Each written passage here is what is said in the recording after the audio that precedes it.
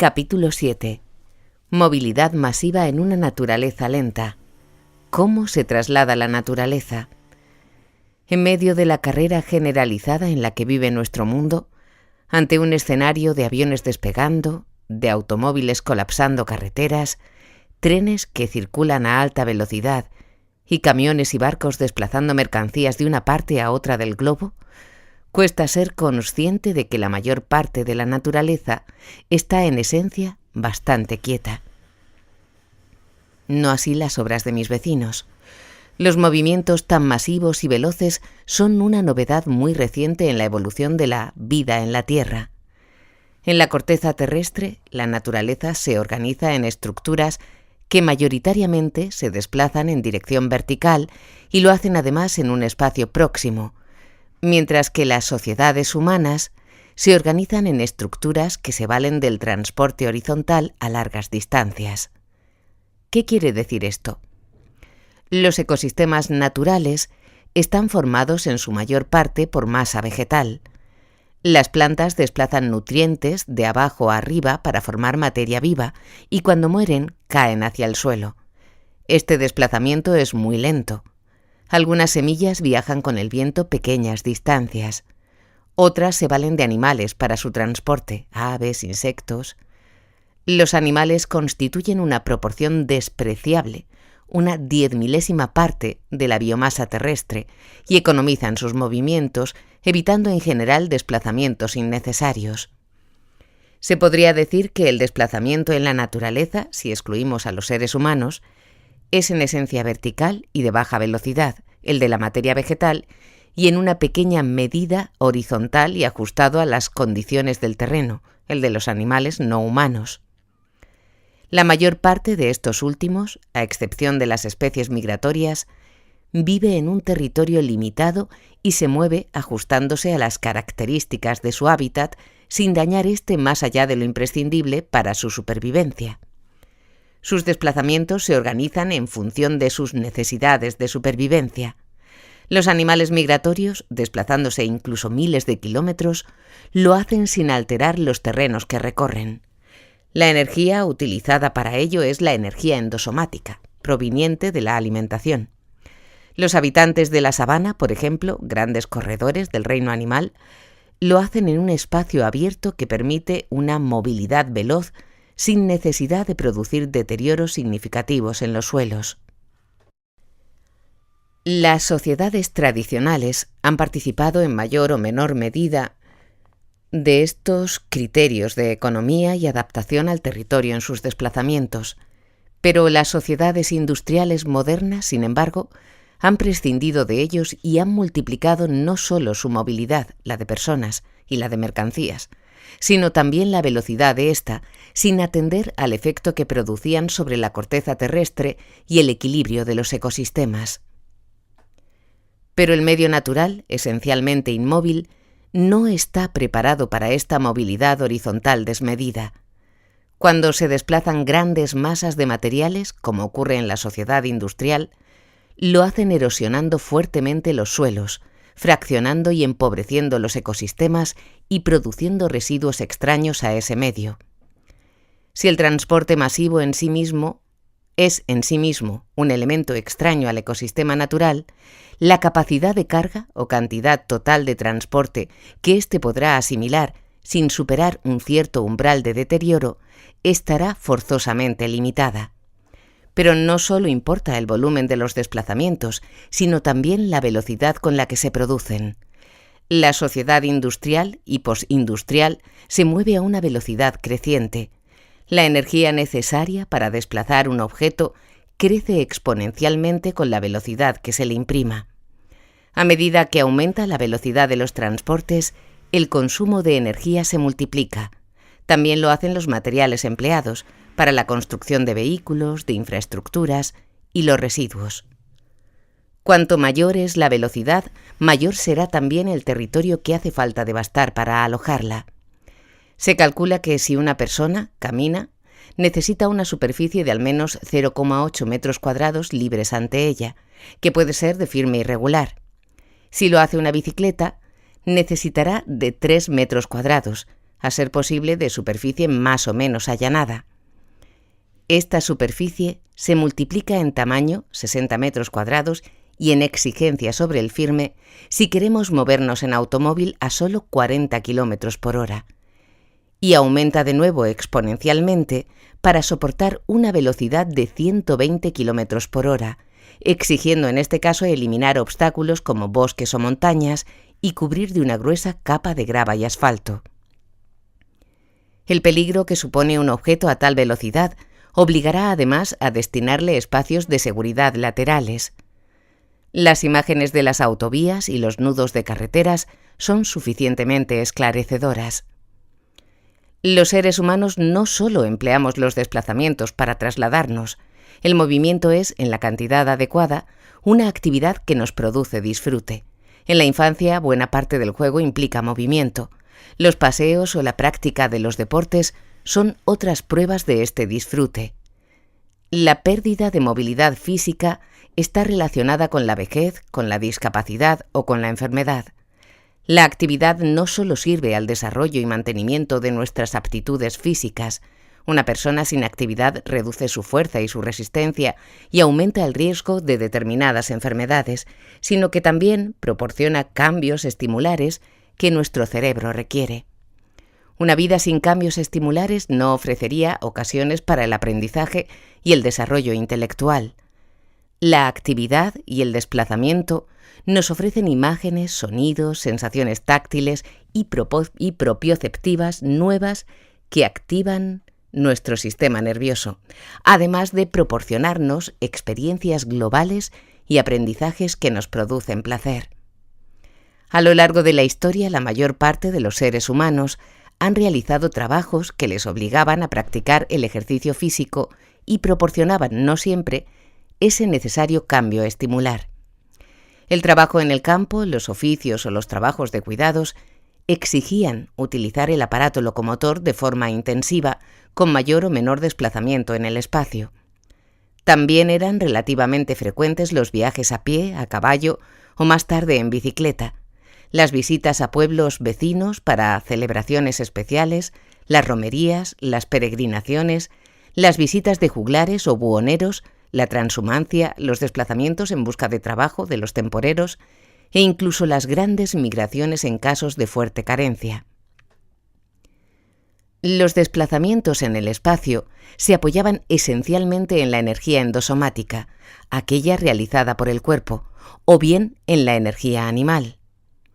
El esfuerzo que requerían servía de regulador, primando la movilidad próxima pero sin impedir, de forma excepcional, los grandes recorridos. El esfuerzo físico y el ejercicio de la movilidad utilizando pequeñas cantidades de energía eran condición natural de la vida.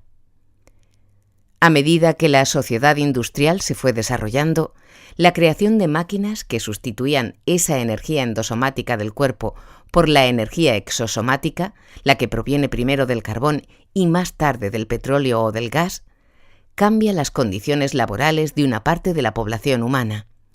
La maquinización primero y la deslocalización de parte de los trabajos físicos después, agricultura e industria, así como el crecimiento de sectores económicos relacionados con la gestión, que resuelven buena parte de las tareas delante de una mesa, sedentariza a este sector de la población. La movilidad que el cuerpo busca de forma natural va quedando progresivamente reducida.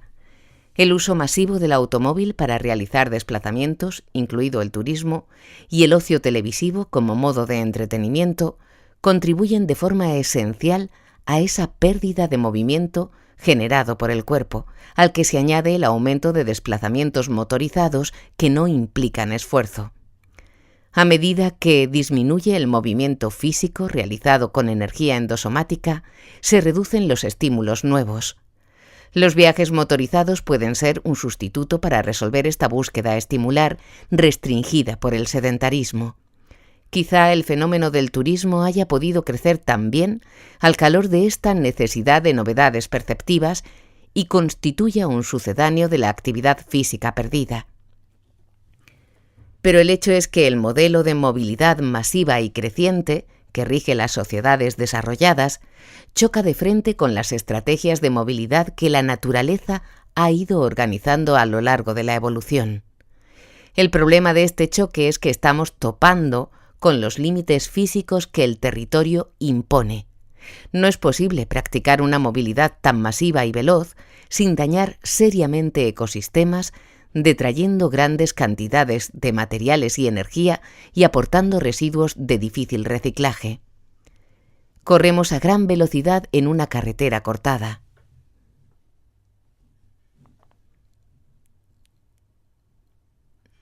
El automóvil, símbolo del desarrollo. Si hubiera que buscar un icono que representara nuestra sociedad desarrollada, este podría ser el automóvil, un objeto que se ha generalizado, al menos como deseo, en todo el planeta, y que ha conducido a profundos cambios en los paisajes terrestres y en los modos de vida humana. El nacimiento y el crecimiento de la movilidad motorizada están profundamente relacionados con el desarrollo del capitalismo moderno, con sus modos de producción, distribución y consumo. También están relacionados con la estructura de las ciudades o con la industria del ocio, en definitiva, con nuestra forma de estar en el mundo. El automóvil es un invento de finales del siglo XIX. En pocas décadas se convirtió en un artículo de consumo de muchas personas debido a su producción masiva y automatizada en cadenas de montaje. La empresa Ford pasó a la historia por poner en marcha una nueva filosofía de mercado: producción en masa para consumo en masa. El Ford T, creado en 1908, un automóvil resistente y barato, accesible incluso a parte de la clase trabajadora, se convirtió en el símbolo de una nueva sociedad y dio nombre a un nuevo modo de abordar la producción industrial, el Fordismo. El desarrollo de la movilidad motorizada, individual o colectiva, ha transformado el modelo de urbanización, especialmente en los países del norte. De la ciudad compacta, nuclear y heterogénea, de un tamaño caminable a pie en la que conviven comercios, servicios y se mezclan diferentes clases sociales, se evoluciona progresivamente, por un lado, hacia las megalópolis, enormes aglomeraciones urbanas en las que se hacinan millones de personas en condiciones muy diversas, y por otro, a ciudades dispersas. Estos dos modelos coinciden en la segregación de funciones. Existen zonas industriales, de recreo, de servicios, de alojamiento. En la mayor parte de los casos, serán las personas quienes se desplacen al comercio, al trabajo o al lugar de ocio, en lugar de que éste se sitúe en la proximidad de sus viviendas. Completan el escenario las autovías de circunvalación de las ciudades, que facilitan, fuera de las crecientes horas de congestión, el acceso a todos estos servicios a costa de multiplicar con cargo al consumidor o consumidora el coste en kilómetros, tiempo y recursos. Estas estructuras urbanas habrían sido inviables sin el protagonismo de una movilidad motorizada barata que permite no solo los desplazamientos de personas, sino también el abastecimiento masivo de mercancías, alimentos, energía, artículos de consumo y la evacuación masiva de residuos que producen las conurbaciones. Al urbanismo disperso, viviendas distantes de los centros urbanos y de negocios, se ha añadido el fenómeno de la segunda residencia. En 2004, el 20,7% de los hogares españoles disponía de al menos una segunda residencia, siendo esta casi en la mitad de los casos una vivienda unifamiliar aislada. Esta forma dispersa e ineficiente de habitar el territorio exige no solo nuevas construcciones, sino también nuevos desarrollos de las infraestructuras de transporte. En el Estado español, asistimos en los últimos años a la desaparición o reducción del ferrocarril convencional, un servicio público de amplia cobertura, en beneficio de las líneas de alta velocidad, servicio privativo por su precio y de cobertura esencialmente urbana.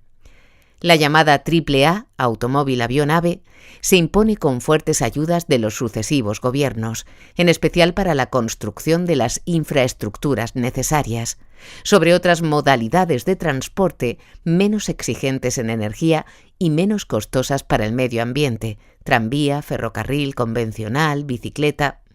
A este fenómeno se suma otro de reciente aparición: la proliferación de líneas aéreas de bajo coste que han disparado el número de vuelos y los kilómetros recorridos en avión, especialmente destinados al ocio. Ya en 2005, 50 millones de pasajeros, casi un tercio del total, llegaron a España por compañías de bajo coste. A partir de los años 90, vivimos en un contexto de hipermovilidad en el que la resolución de la mayor parte de nuestras necesidades básicas y de nuestros deseos se vale de productos que han recorrido miles de kilómetros o nos empuja a recorrerlos nosotros mismos. Las infraestructuras han de seguir creciendo sin límite para dar cabida a una velocidad creciente, a un comercio creciente, a una dispersión residencial creciente y a un deseo creciente de viajar a lugares cada vez más lejanos. Sobre un medio natural que se desplaza escasa y lentamente, hemos contrapuesto una tecnosfera que no cesa de aumentar su movilidad. Coche, capitalismo y negocios aledaños. Como ya hemos visto cómo el transporte motorizado y el capitalismo avanzado tienen historias interdependientes. El desplazamiento intensivo de mercancías es un requerimiento de los mercados en expansión que promueve el comercio masivo a largas distancias. La llamada globalización no habría sido posible sin el desarrollo de infraestructuras para el transporte y sin los apoyos fiscales y las desregulaciones del comercio promovidos por los gobiernos. En buena parte del mundo, el principal despliegue de las infraestructuras viarias, carreteras, autovías, ferrocarriles, puertos, aeropuertos, se dio en la segunda mitad del siglo XX. Tras la Segunda Guerra Mundial, el capitalismo se centró en la producción industrial, producción que necesitaba de sistemas de transporte. Fueron años de fuerte intervencionismo estatal en los que se intensificó la explotación de materias primas y fuentes de energía y se catapultó la agricultura de exportación. Todas estas actividades económicas requerían de un sistema de transporte de mercancías de alta frecuencia y capacidad. La alta eficiencia del petróleo, su bajo precio y el desarrollo de potentes tecnologías de transporte permitió este proceso. En los años 70, tras la crisis energética y la ruptura del patrón dólar-oro, los negocios dieron un salto hacia la periferia y se puso en marcha el proceso de globalización económica y deslocalización industrial. Las infraestructuras de gran capacidad han facilitado a las empresas descentralizar la producción con el consiguiente deterioro de los empleos locales. Entre 1991 y 1996, el tráfico de mercancías creció un 30% en la Unión Europea, al tiempo que el paro sufría un incremento similar. Con las nuevas infraestructuras, el desarrollo de tecnologías del transporte más sofisticadas y el control del precio del petróleo, la producción se descentraliza y crece el comercio a muy larga distancia. En un primer momento, las materias primas se transportaban de la periferia al centro, donde tenían lugar las transformaciones industriales. La novedad industrial de las últimas décadas consiste en descentralizar las diferentes fases de la producción en los enclaves que permitan un mayor ahorro de costes, laborales, fiscales, ambientales, y reunir después cada una de las partes para terminar el ensamblaje en la casa madre. Una forma de fábrica difusa, inimaginable sin la concurrencia de la red de infraestructuras, las tecnologías de transporte y el petróleo barato. Un automóvil puede reunir piezas fabricadas en Polonia, Túnez y Taiwán y exhibir una marca alemana. De este modo se ha ido consolidando una nueva división internacional del trabajo en la que la producción se dispersa. Al tiempo, las grandes empresas han forzado a eliminar progresivamente las restricciones estatales a la expansión del libre mercado mundial en todos los ámbitos, proceso amparado por organismos internacionales como el GATT, más tarde OMC. De esta forma, naranjas que antes llegaban a los mercados europeos desde Valencia procederán cada vez más de Marruecos o Israel. Los plátanos de Canarias serán progresivamente sustituidos por los de Colombia y Centroamérica. Muchos productos manufacturados o agrícolas provendrán de los espacios del este o del sur del Mediterráneo o de mucho más allá, donde su producción será más barata. Simultáneamente, los excedentes no consumidos en el norte, por ejemplo las ropas de segunda mano o las piezas de pollo con más huesos, son exportados al sur a precios que compiten con la producción local, debilitando así su ya frágil sistema productivo. La movilidad motorizada, salvo en los últimos años por la crisis, está creciendo a un ritmo mayor que el Producto Interior Bruto y, por supuesto, mucho mayor que la población. La variedad y rentabilidad de los negocios asociados a la movilidad permite entender el tremendo poder de las empresas relacionadas directa o indirectamente con esta. El sector del automóvil, motor de muchos negocios de gran envergadura y grandes beneficios, se convierte en un sector productivo privilegiado y apoyado como pocos. En aras de su prosperidad, se han sacrificado otras industrias y se le ha ayudado repetidamente a través de planes de subvención en la compra de turismos. Para comprender las magnitudes del transporte. Aunque una sencilla mirada a nuestro alrededor permite intuir la magnitud del fenómeno del transporte, añadiremos algunos datos para cuantificar este fenómeno. Desde 1950 hasta 1990, la población mundial se duplicó, mientras que los vehículos se multiplicaron por 7. De 1970 a 1992, la población española aumentó un 13%, el Producto Interior Bruto un 94% y el tráfico por avión y carretera un 380%. El tráfico en autobús y en tren un 250% y el parque automovilístico un 600%. El parque automovilístico español estaba compuesto a 31 de diciembre de 2008 por 30.969.224 vehículos, de los cuales un 71,5% eran turismos. Como consecuencia, disponemos de cerca de 7 automóviles por cada 10 personas, incluyendo a bebés, niñas y niños, personas ancianas. El transporte por avión ha visto también fuertes incrementos en un periodo aún más reciente. En España, cerca de 163 millones de personas viajaron por este medio en 2009. Esto significa entre 3 y 4 viajes por persona y año.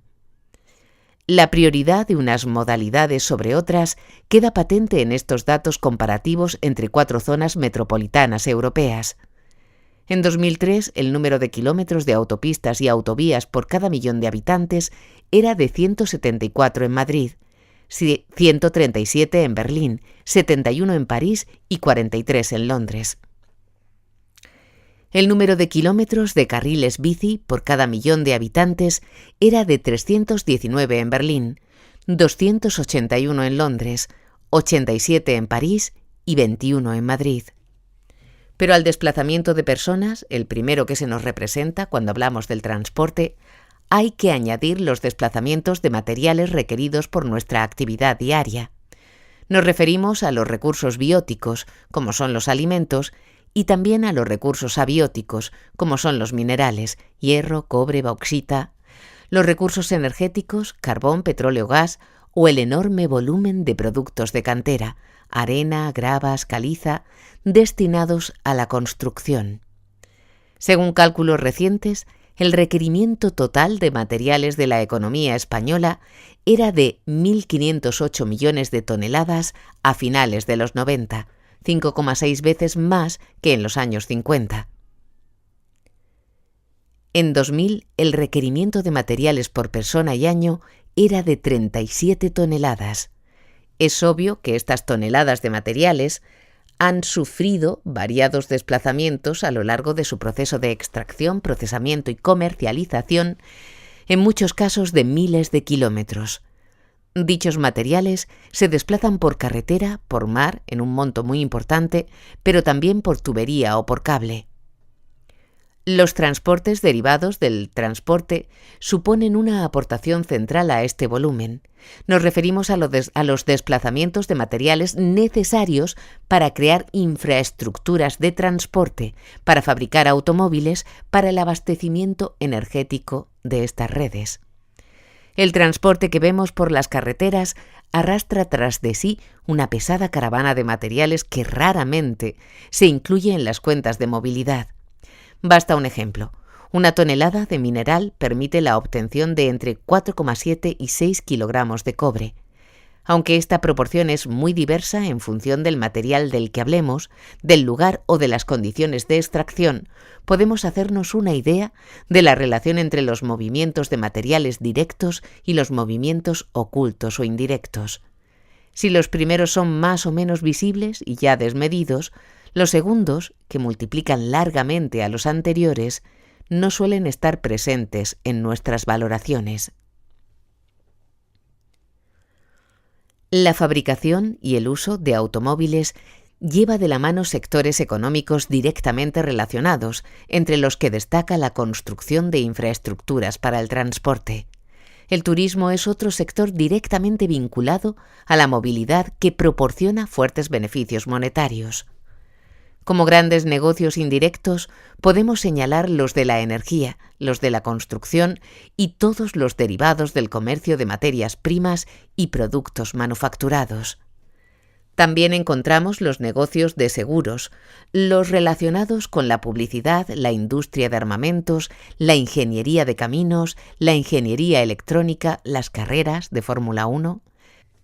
El sector de la construcción es uno de los principales beneficiarios del sistema de movilidad. Los nuevos recorridos viarios convierten en muy accesibles espacios antes de difícil acceso. Con la connivencia de las administraciones que desregulan los usos del suelo y reclasifican terrenos, la construcción se expande en forma de urbanizaciones, de nuevos barrios e incluso de auténticas nuevas ciudades, que posteriormente necesitarán de una red de servicios públicos, agua, red eléctrica, escuelas, centros sanitarios, comunicaciones. Estas estructuras urbanas no planificadas y desgajadas de los núcleos preexistentes aumentan los requerimientos en transporte. No menos importantes son los negocios de la energía, muy especialmente los relacionados con el petróleo. A pesar de los recientes intentos de sustituir este por agrocarburantes o de mover los coches con energía eléctrica, el petróleo es la pieza clave en nuestro actual modelo de movilidad, pues más de un 97% del transporte depende del petróleo. Esto explica la inmensa flota de petroleros que surcan los océanos dejando, catástrofes aparte, una estela de residuos tóxicos de difícil eliminación. El control del crudo será irrenunciable para las grandes potencias si quieren seguir siéndolo, como lo muestran los ingentes recursos destinados a las últimas guerras del petróleo. En los primeros puestos de los rankings de facturación de empresas no financieras figuran nombres como Exxon, Shell, BP, Toyota. Le siguen de cerca las empresas constructoras y las de fabricación de automóviles. El caso europeo puede ejemplificar el apoyo a los negocios asociados a la movilidad. En 1990, en un informe encargado por la Comisión Europea, se alertaba de que desde hace algunos años Europa parece haber sobrepasado el punto más allá del cual cualquier incremento del tráfico es contraproducente. La suma de efectos negativos parece cancelar los incrementos de riqueza, eficiencia, confort y facilidad de transportarse que deberían resultar del crecimiento del volumen del tráfico. Además, se señalaba que el crecimiento de las necesidades de transporte motorizado duplicaba prácticamente la evolución del crecimiento del Producto Interior Bruto, y se pronosticaban unos crecimientos del tráfico de mercancías de más del 40% para el conjunto de la Unión Europea para 2010 en relación con 1990 y de nada menos que del 300% para el sur de Europa. Más tarde, Estas previsiones han sido modificadas aún más al alza, señalándose una duplicación del tráfico en todo el espacio comunitario para ese horizonte y una cuadruplicación o quintuplicación del transporte en las relaciones con la Europa del Este. Ante este estado de cosas, la Unión Europea, en lugar de acometer políticas para reconducir el incremento de la movilidad motorizada, ha dirigido sus esfuerzos a estimularla. Esta situación, por otro lado, es lógica, pues la profundización y ampliación del proyecto europeo, su incidencia en los espacios limítrofes y la paralela globalización económica necesitan de la expansión incontenida del transporte motorizado a todos los niveles. En Europa, los principales grupos económicos de presión han forzado este camino. Así, la European Round Table of Industrialists, un importante grupo de presión de empresas europeas del sector, ha visto recogidas buena parte de sus peticiones en el propio Tratado de Maastricht, a través de la creación de las llamadas TEN, Trans-European Networks. Las TEN son un conjunto de infraestructuras comunitarias de transporte, energéticas y de telecomunicaciones consideradas necesarias para garantizar el funcionamiento de un mercado europeo progresivamente ampliado y unificado bajo la hegemonía del euro. En otras palabras, resultan imprescindibles para que el capital transnacional productivo y financiero europeo pueda prosperar en mejores condiciones en una economía mundial hasta el momento cada día más globalizada. El petróleo mueve los coches y estos requieren de amplias autovías que, a su vez, facilitan los grandes negocios constructores de la urbanización dispersa, además del comercio intensivo. El capitalismo actual no habría sido posible sin estas tres patas: las empresas de automóviles, las grandes constructoras y las empresas energéticas son puntales de nuestro sistema económico no financiero. Conviene recordar, o quizá aclarar, que resulta absolutamente impensable la posibilidad de generalizar este modelo de movilidad motorizada del norte, masiva, privada, intensiva en kilómetros, al conjunto del planeta. Más del 40% de los coches existentes en el mundo están en Estados Unidos, casi una tercera parte en Europa occidental, un 7% en Japón y otro 7% en Canadá, Oceanía y Sudáfrica. Y tan solo el 7% de la población mundial posee automóviles. ¿Qué pasará en el siglo XXI cuando el resto del mundo aspire también a estos privilegios? La devoción por el automóvil. La incorporación de este complejo modelo de movilidad no se ha vivido como una imposición del sistema económico, necesitado de hacer negocios. La motorización y la movilidad son percibidas indiscutiblemente como bienes. De algún modo, la posibilidad de romper las barreras que impone la realidad física y desplazarse a gran velocidad ha conectado con un sueño humano. La ciencia ficción ha recreado tecnologías capaces de materializarnos en unos segundos en lugares muy distantes de aquel en el que estamos. Ha mostrado naves espaciales recorriendo distancias interestelares, vehículos flotantes que se mueven por las ciudades. El sueño se ha acercado a la realidad con los aviones supersónicos o los coches Fórmula 1. Pero el automóvil es mucho más que la posibilidad de estar en otro lugar en muy poco tiempo.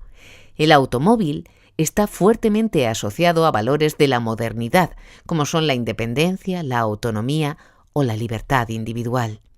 Poder ir cuando quieras, a donde quieras, sin estar sujeto a horarios de líneas de autobuses o a combinaciones complejas de transportes públicos, sin caminar desde la parada hasta la casa, la tienda o el trabajo, en soledad o acompañado de los tuyos. De puerta a puerta, sentada en una pequeña butaca mullida y sin necesitar más movimiento que un leve giro de tobillo o un desplazamiento del antebrazo. El automóvil es también confort y bienestar. Nuestro coche es una pequeña fortaleza desde la que contemplamos las inclemencias e irregularidades del exterior a una temperatura estable, desplazándonos suavemente por una superficie sin rugosidades, posiblemente escuchando una música agradable. Lo más próximo a la sensación de quietud combinado con un constante cambio estimular exterior y con la necesaria alerta que necesita la conducción. El coche se vincula también con el estatus, el poder, la libertad, el éxito, la seducción. Toda una colección de valores que desfilan por la publicidad de automóviles. No ha sido difícil implantar esta imagen en el escenario de nuestros deseos, menos aún con la colaboración de los anuncios televisivos o de las secciones de motor de la prensa. También representa el desarrollo y la modernidad. El aumento de la movilidad motorizada se asocia a progreso social. Un parque automovilístico envejecido es señal de falta de progreso y pobreza. Un gobierno con inquietudes sociales se ocupará de ofrecer a sus votantes infraestructuras para el transporte motorizado. El automóvil no se libra de la lógica de la obsolescencia. El mercado necesita de una cultura de la sustitución que, en el caso del turismo privado, representa un fuerte gasto familiar al tiempo que una importante fuente de ingresos para las industrias de la movilidad. Escasas personas esperan a que su vehículo no pueda ya moverse para comprar uno nuevo. Aires acondicionados, elevalunas eléctricos, airbags, sensores electrónicos de temperatura y otras mínimas novedades, unidas a subvenciones públicas, justifican la constante renovación del parque automovilístico. Para comprar el coche, pensamos en los costes fijos. Una vez comprado, cuando lo usamos, solo reparamos en los gastos variables. La fuerza gigantesca del automóvil reside en su perfecta sintonía con el entramado cultural e ideológico que sustenta a las sociedades industrializadas. El ejemplo de Estados Unidos, pionero en estos desarrollos, puede ser revelador. El modo de vida americano está basado no tanto en el transporte motorizado como en la religión del automóvil y los sacrificios que la gente está dispuesta a hacer por esta religión van más allá del dominio de la racionalidad. Quizás lo único que podría devolver el sentido a los americanos sería una clara demostración del hecho de que su programa de autopistas conseguirá, finalmente, cancelar el espacio de libertad que el automóvil privado les promete. La velocidad es demasiado cara para ser compartida, decía Iván Illich. Más allá de cierta velocidad, la del ciclista o casi la del caminante, el transporte gasta más de lo que ahorra. Es profundamente ineficiente a la hora de moverse. Para desplazar nuestros 70 kilogramos de peso, por poner un ejemplo, ha de mover otros 1.000 o 2.000 de nuestro vehículo, pero esta no es su única paradoja.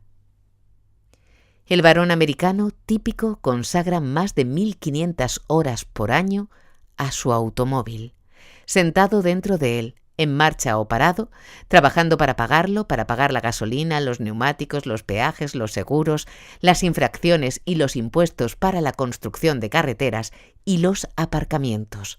Le consagra 4 horas al día en las que se sirve de él o trabaja para él, sin contar con el tiempo que pasa en el hospital, en el tribunal, en el taller o viendo publicidad automovilística ante el televisor. Estas 1.500 horas anuales le sirven para recorrer 10.000 kilómetros, es decir, 6 kilómetros por hora. Exactamente la misma velocidad que alcanzan las personas en los países que no tienen industria del transporte, con la salvedad de que el americano medio destina a la circulación la 1/4 parte del tiempo disponible, mientras que en las sociedades no motorizadas se destina a este fin solo entre el 3 y el 8%. Esta cita de Iván Illich muestra la ineficiencia de nuestro modelo de movilidad. Otro cálculo que redunda en la ineficiencia de la circulación apunta que alrededor del 25% de las personas que circulan por el centro de la ciudad de Madrid lo hacen buscando un aparcamiento. Una paradoja más del automóvil fue formulada por Dean bajo el nombre de hipótesis de la compensación del riesgo. Todo lo que supone que produce más peligro, de hecho, produce más seguridad, y todo lo que supone produce mayor seguridad, produce más peligro. Carreteras mejores, mejores ángulos de visibilidad, menor número de curvas y de esquinas ciegas, menos tráfico, mejor iluminación, mejor visibilidad, mejores condiciones climáticas, todo lo que se supone que favorece la seguridad, de hecho, favorece el peligro. Peores carreteras, peores superficies, curvas menos abiertas, etc., favorecen la seguridad, porque cada medida de seguridad no restrictiva, a pesar de ser admirable por sí misma, es asumida por los conductores como una oportunidad para incrementar la velocidad, de manera que la cantidad neta de peligro aumenta. Al tratar de acabar con la matanza del tráfico, estamos atrapando perpetuamente un factor que nunca alcanzamos. Es un problema que no podemos resolver porque cambia con cada intento de solución. Dicho de forma escueta, si un conductor entiende que por alguna medida de seguridad el riesgo es menor, sus conductas temerarias aumentarán. El incremento de dispositivos para asegurar a los ocupantes de los automóviles se traduce en comportamientos más arriesgados durante la conducción, generándose con ello mayor peligrosidad y riesgos para los usuarios externos a esos coches seguros. De nuevo, los grandes perdedores del proceso de motorización vuelven a ser los usuarios y usuarias vulnerables de las vías, los peatones y los ciclistas, principalmente. De nuevo, los grandes perdedores del proceso de motorización vuelven a ser los usuarios y usuarias vulnerables de las vías, los peatones y los ciclistas principalmente. Un mundo pensado y construido para quienes poseen y conducen automóvil es inadecuado para una mayoría que aún camina por las calles y ve reducirse progresivamente sus espacios de encuentro, su libertad de movimientos y su seguridad. De forma paradójica, el automóvil crea distancias que solo él puede salvar. Nadie compraría una vivienda a 50 kilómetros de su trabajo o de una red de conexiones de transporte público si no existiese la posibilidad de desplazarse en un vehículo privado que se convierte de este modo en imprescindible. El automóvil es al tiempo la herida y el bálsamo. En aras de apuntalar una visión positiva del transporte motorizado, se contabilizan sus costes con criterios engañosos. Se dedica mayor gasto público a favorecer la circulación motorizada autónoma que a otras formas de transporte público. Se usan criterios de rentabilidad estrictos para el tren convencional y laxos para el automóvil. Por ejemplo, en los costes del transporte ferroviario se hace repercutir la construcción y mantenimiento de infraestructuras, mientras que en los costes de transportes por carretera no se contabilizan los descomunales gastos en infraestructuras creadas por él. Si los cálculos fueran completos, coger un coche o enviar una mercancía en camión supondría un gasto absolutamente disuasorio. Si hablamos de costes, no podemos olvidar las pérdidas de vidas humanas y las lesiones irreversibles producidas por el automóvil privado, durante años primera causa de muerte no natural y de mortalidad juvenil. El fenómeno del turismo.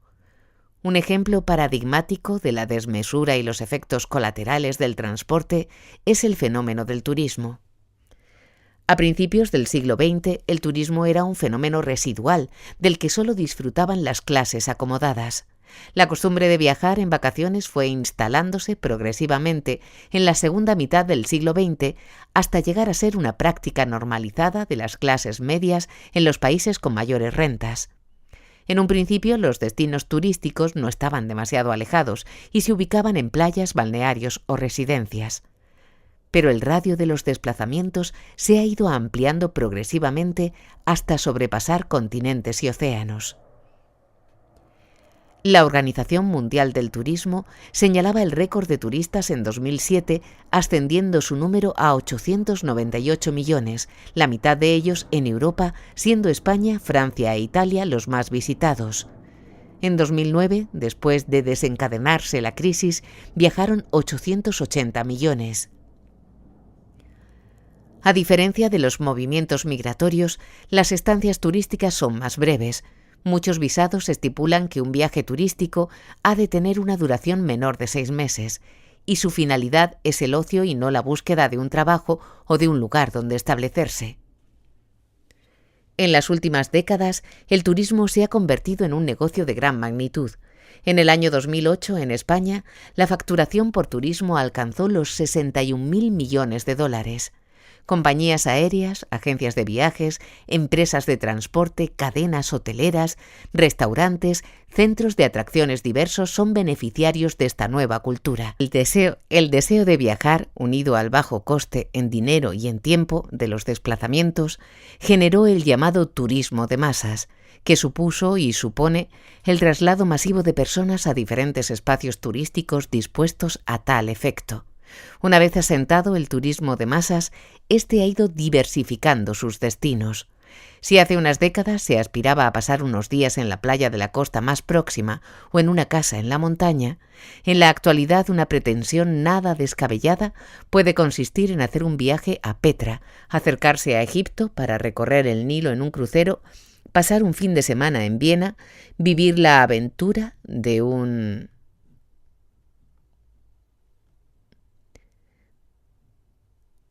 un trekking por los Andes o quizá acercarse simplemente a cenar a París transportándose en un vuelo de bajo coste. El vertiginoso desarrollo de los viajes por avión está normalizando en las poblaciones ricas desplazamientos a larga distancia que en muchos casos se están convirtiendo en hábito.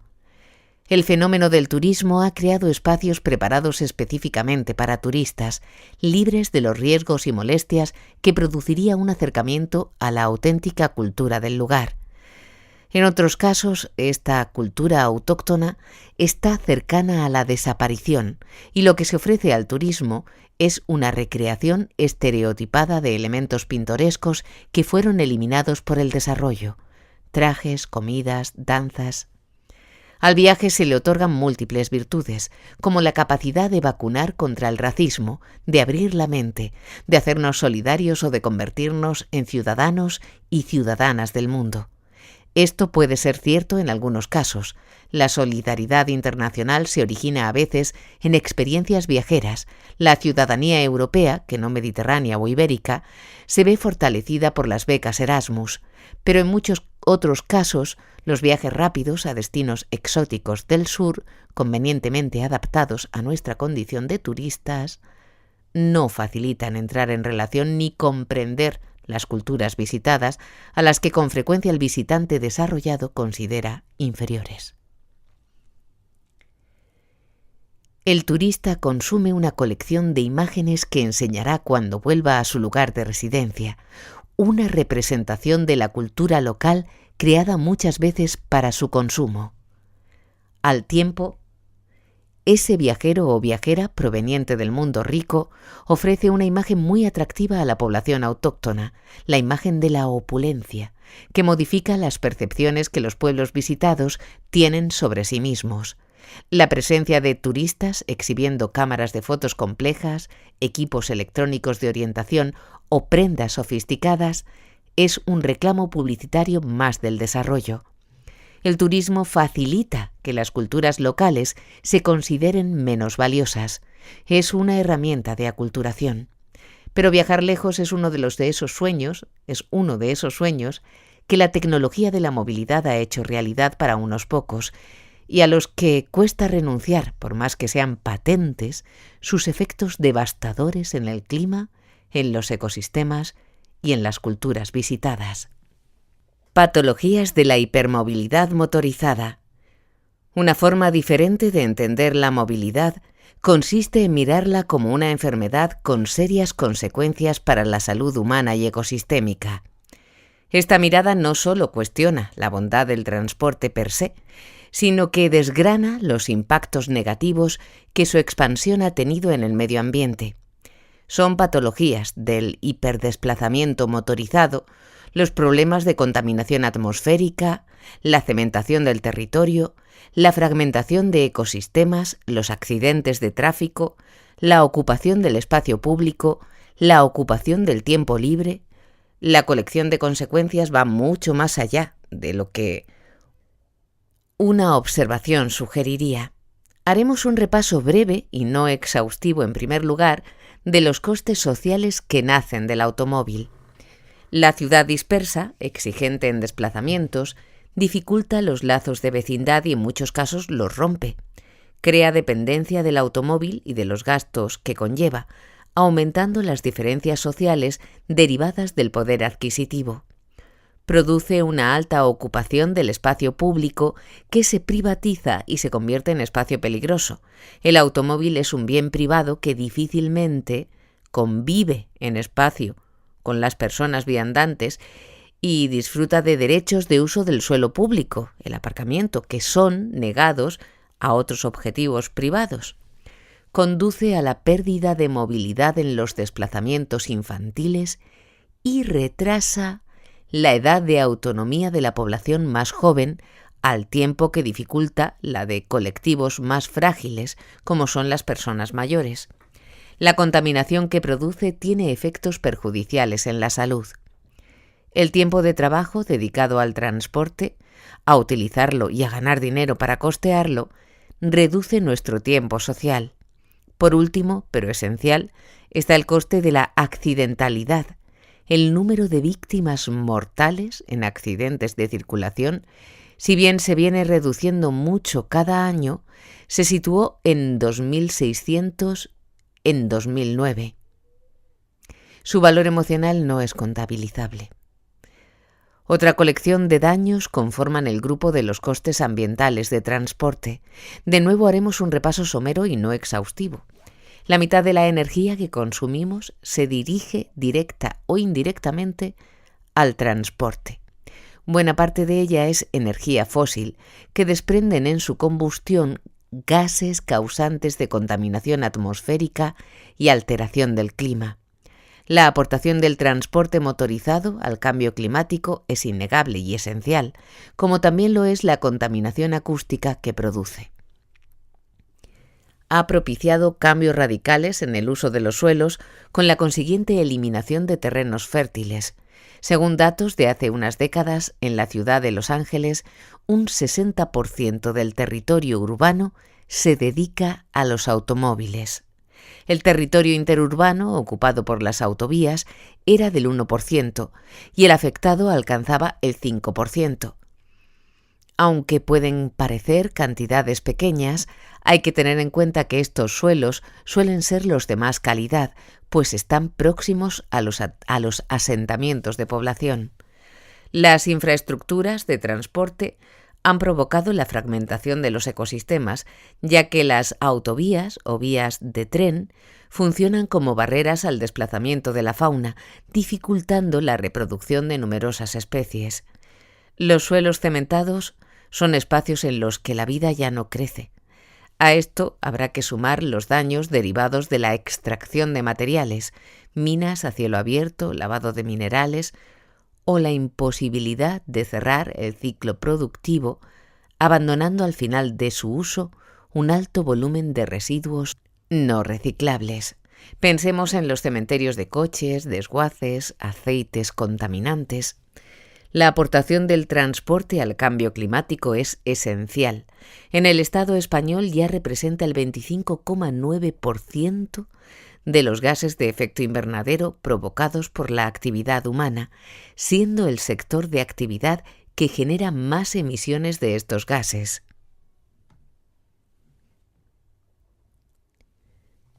Contaminantes oficiales, contaminantes desconocidos. Al desconocimiento sobre los procesos ambientales de escala planetaria se une la gran oscuridad que rodea a los millones de sustancias químicas que introducimos con nuestra actividad cotidiana.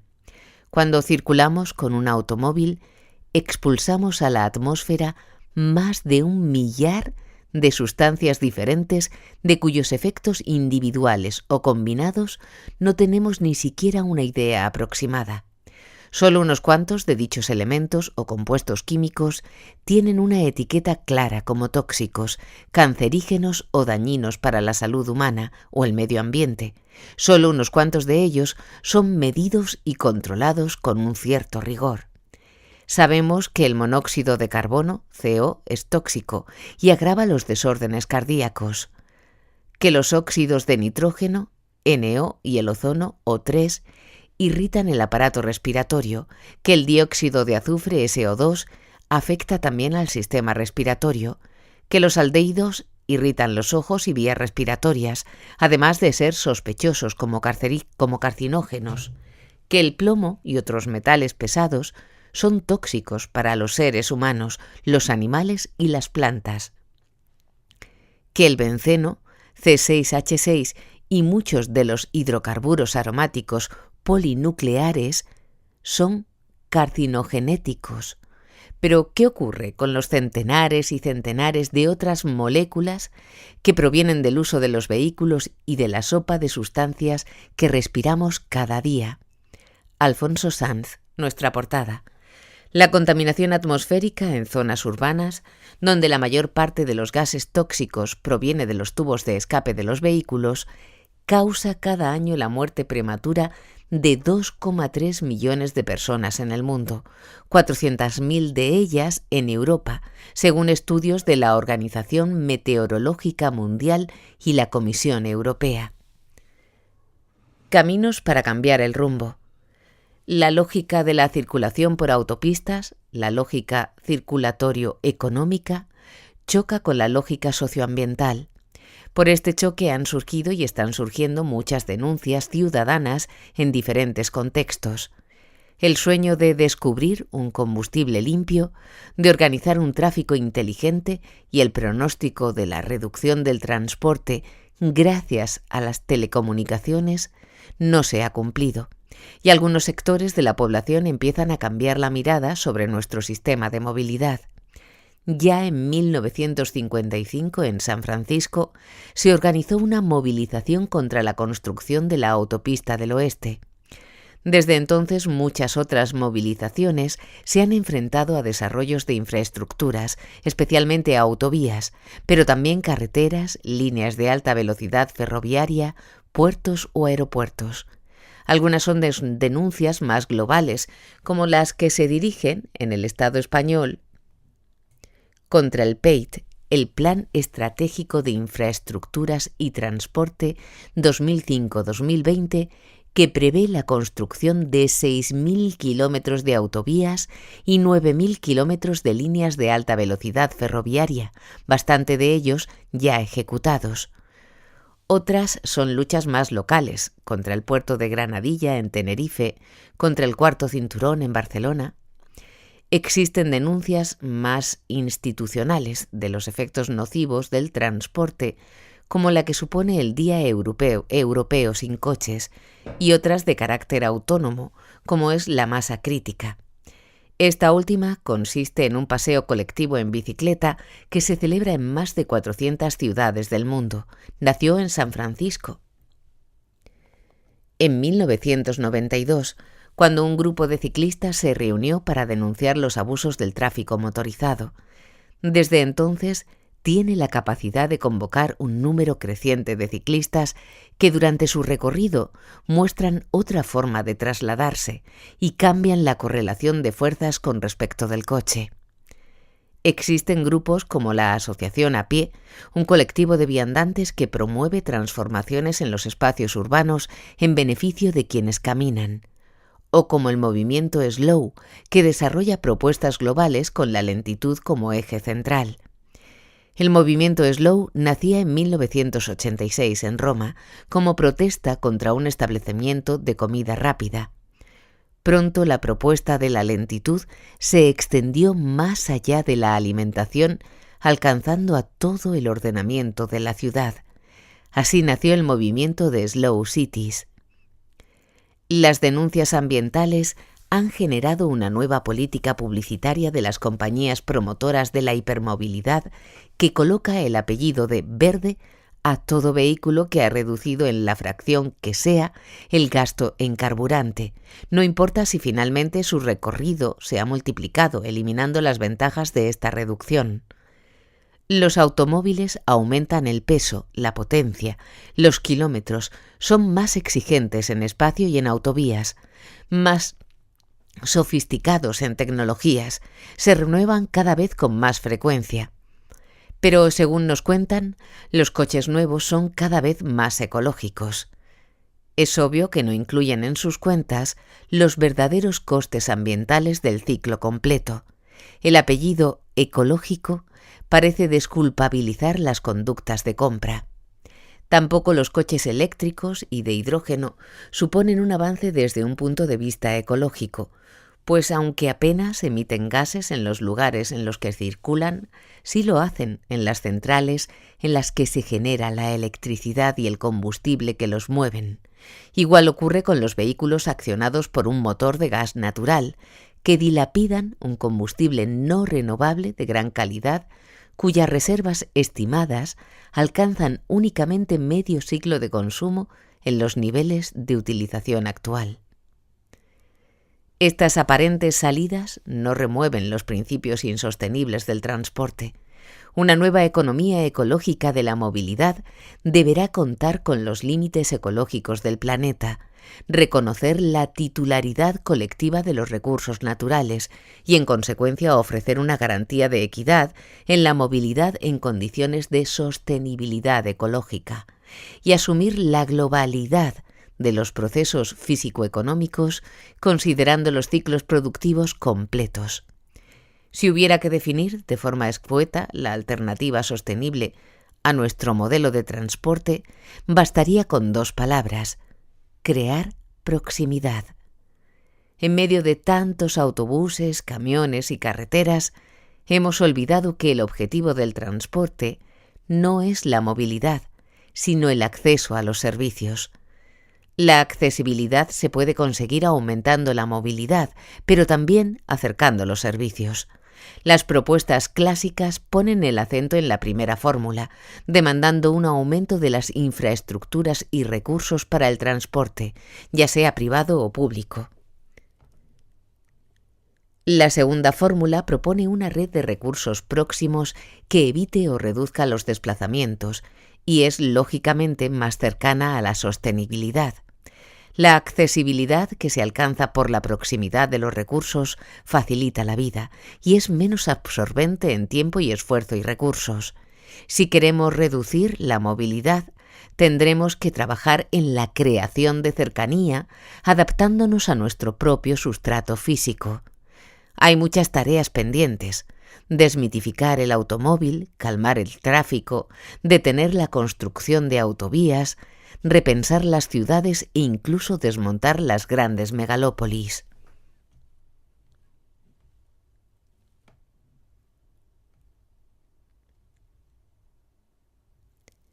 Manifiesto de a pie. La libertad elemental de andar, de elegir el rumbo de nuestros pasos, la libertad de ir al encuentro de los otros, es el fundamento de la vida en común. Las ciudades y los pueblos se han fundado sobre esta libertad. Necesitamos la calle, los caminos, las plazas, el espacio público, para que nos permitan no olvidar que los demás también existen, que los demás no son faros en dirección opuesta, ni protagonistas de una noticia, sino cuerpos y vidas semejantes, esos cuerpos y esas vidas que dan sentido a todos nuestros actos. Cada hombre, cada mujer, cada anciano y cada niño que sale a la calle está decidiendo no solo la calidad de su vida, sino también la calidad de la vida de su entorno. Está afirmando que no cree en el aislamiento ni en el individualismo.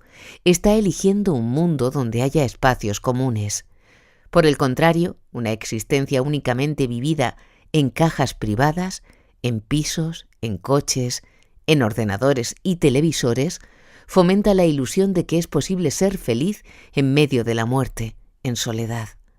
Ninguna situación humana es gratuita.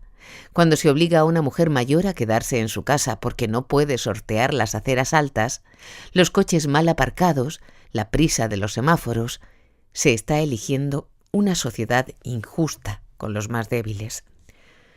Cuando se convierte la calle en un lugar de grave riesgo físico para los niños y se les fuerza a permanecer aislados a la vuelta del colegio, se está negando el aprendizaje de lo comunitario. Los peatones no estamos dispuestos a aceptarlo. No nos parece justo ni bueno que no haya espacios públicos para la calma, que sea imposible caminar con tranquilidad en unas calles invadidas por el estruendo, por la hostilidad.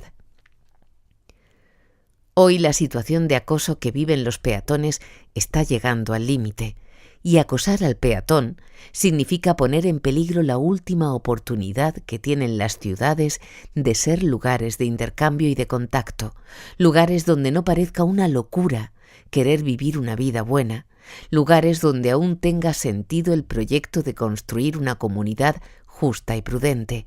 La libertad de andar es el punto de partida irrenunciable de nuestro derecho a elegir por qué camino y hacia dónde vamos. Fragmento del manifiesto de la Asociación de Viandantes a Pie.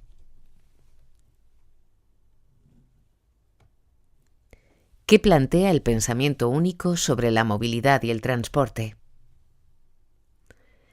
La movilidad favorece el desarrollo y el desarrollo favorece la movilidad. El transporte ha de seguir creciendo.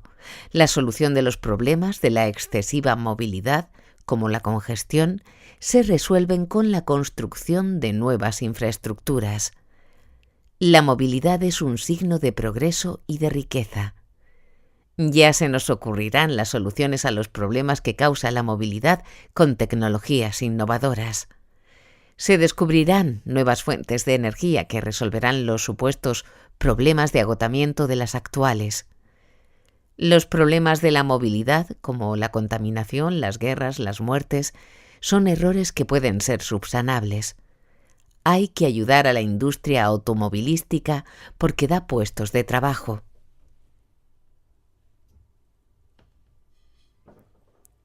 ¿Qué plantea la cultura de la sostenibilidad sobre la movilidad y el transporte? El modelo de hipermovilidad está provocando problemas muy graves de sostenibilidad.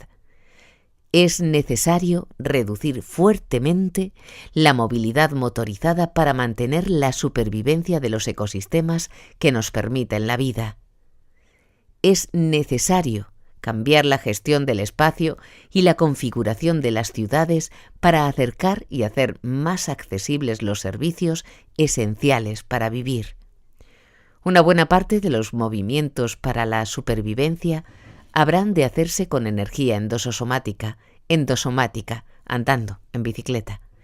Es necesaria una ética de la movilidad. Fin del capítulo 7.